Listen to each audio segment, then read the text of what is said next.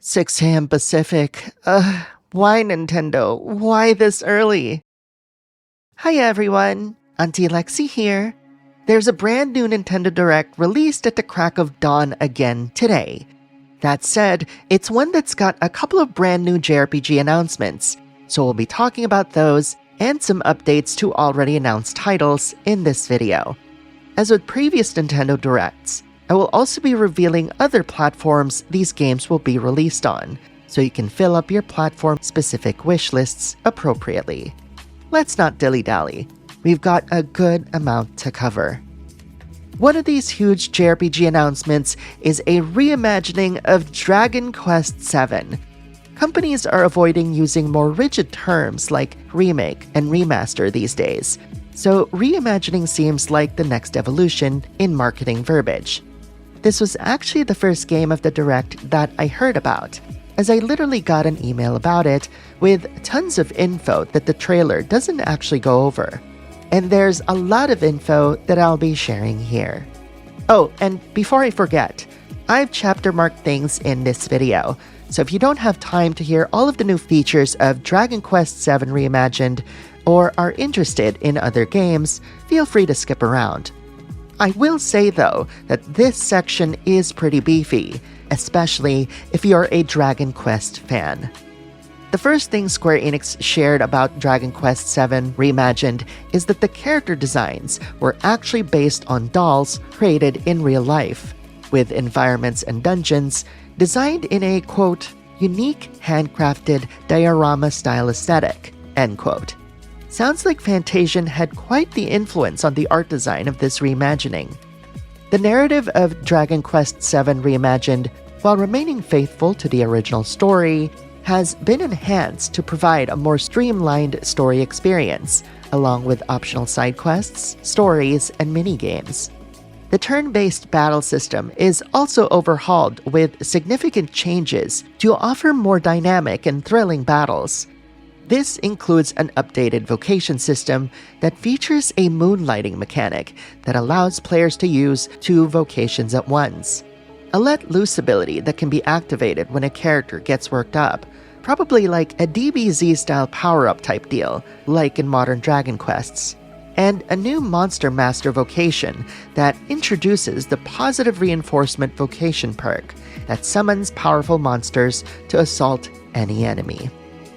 And in addition to some great characters, incredible exploration, the scale of which we haven't seen in a very long time, there's also a ton of quality of life improvements, which smoothen the experience with a new redesigned UI that will allow for easier access to info.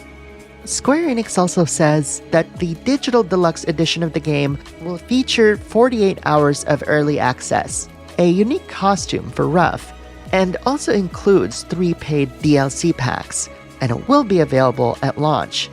There are also pre-order perks in the way of a slime shield unique to each platform, as well as a Dragon Quest VIII costume for the hero, 3 seeds of proficiency, and in-game items to help improve character stats.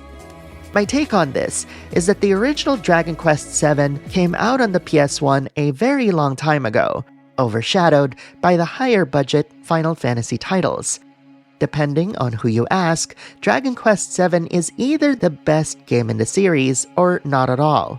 And with this reimagined version, Square Enix is giving Dragon Quest VII a new audience and new life to showcase its incredible qualities. The game is set to launch on February 5th, 2026, on PS5, both Switch platforms, Xbox Series X and S, and PC. As I've said before, every Square Enix game will now be multi-platform moving forward. The next JRPG they featured is Pokémon Legends ZA, and if you haven't seen my impressions of the game after playing it at PAX West behind closed doors, I highly recommend watching it. The video is linked in the description. The new trailer showcases Pokémon Legends ZA's Battle Club, showcasing how the game will handle multiplayer. Curiously, Nintendo also announced DLC that's X and Y themed. This is just one DLC to be clear, so they seem to be confident that people will go pick this up along with the game. or they want to dispel any questions of whether or not ZA would get content post-launch. Pokémon Legends ZA is exclusive to Switch platforms and is coming out October 16th. Next, we got to see gameplay of Monster Hunter Stories 3 Twisted Reflection. The previous trailer hinted at a more serious story, alongside a slightly more mature aesthetic when compared to the previous games. If you've never played these games but you're a fan of turn-based combat and the mainline Monster Hunter games, you will love this, because it's using the knowledge you've learned from so many years of playing these games in a turn-based fashion. And what'll surprise you is that it actually works really well.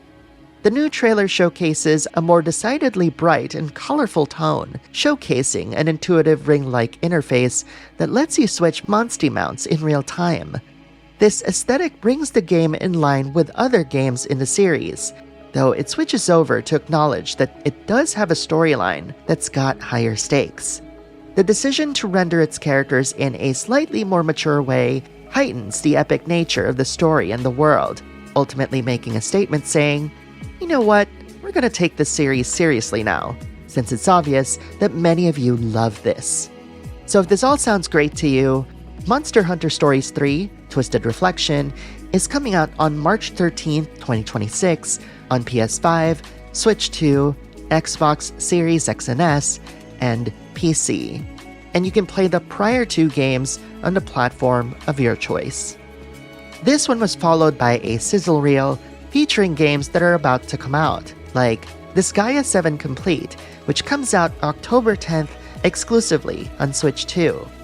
Dragon Quest 1 and 2 HD 2D Remake, which comes out on October 30th on PS5, both Switch platforms, Xbox Series X and S, and PC. I've linked my PAX West preview of the game in the description as well. And Persona 3 Reload, whose demo came out today, releasing October 23rd on Switch 2. I've linked my review of the game in the description too. And taking a page out of Apple's playbook, Nintendo ended the Direct with one last thing. An incredible trailer for a new Fire Emblem coming out in 2026 only on Switch 2. The trailer opens up with the announcement of the Heroic Games and wastes no time highlighting 4 characters, each with their own storyline. I'm reluctant to say that each of these is similar to Three Houses in that you're forging empires, especially because the first character they featured, Kai, is participating in the Heroic Games to save his father's life. That said, Theodora participates in the games to find the strength to lead her people. Dietrich ruminates on coveting an accursed blade, perhaps the answerer that he wields during combat. And Lita, a hunter on a quest of revenge against a man who wronged her, who has the power to summon a demonic beast. The trailer then returns to the Heroic Games host, who calls himself the Divine Sovereign, who claims that he can grant the winner any wish they desire, like Calypso in Twisted Metal, after which the trailer then reveals the new subtitle, Fortune's Weave. I want you to let that title sink in for a bit. Fortune, the number 4. 4 fortunes? 4 paths? I know, I'm being like a conspiracy theorist here, but what they've shown in this small clip is already very interesting. McShroomish, one of our community members, mentioned that there seems to be a new mechanic called Blaze Arts, which we see used during Dietrich's teleport, which drain HP, similar to Echo's combat arts and magic, which align with his relationship with his cursed blade. And keep in mind that much of this is trying to derive things from what little info we've seen, but I can't help but think of the possibility, and this might be wild, that each story might play like specific Fire Emblem games. I know, that's some crazy wild speculation on my part. And what's the deal with that last scene? That scene kinda reminds me of Three Houses. At any rate, these are all of the JRPGs featured on today's Nintendo Direct, which begs the question, which ones are you excited about? Post your thoughts in the comments below and let's talk about it. And if you want future coverage of any of the games featured here, and be hyped by all of the games coming out, don't forget to subscribe to the channel. I've still got 3 PAX West previews of NIS America, Capcom, and indie titles coming, as well as a slew of JRPG reviews in the coming weeks, and the only way you won't miss them is to hit that subscribe button. Thank you very much for watching, and I'll see you in the next video.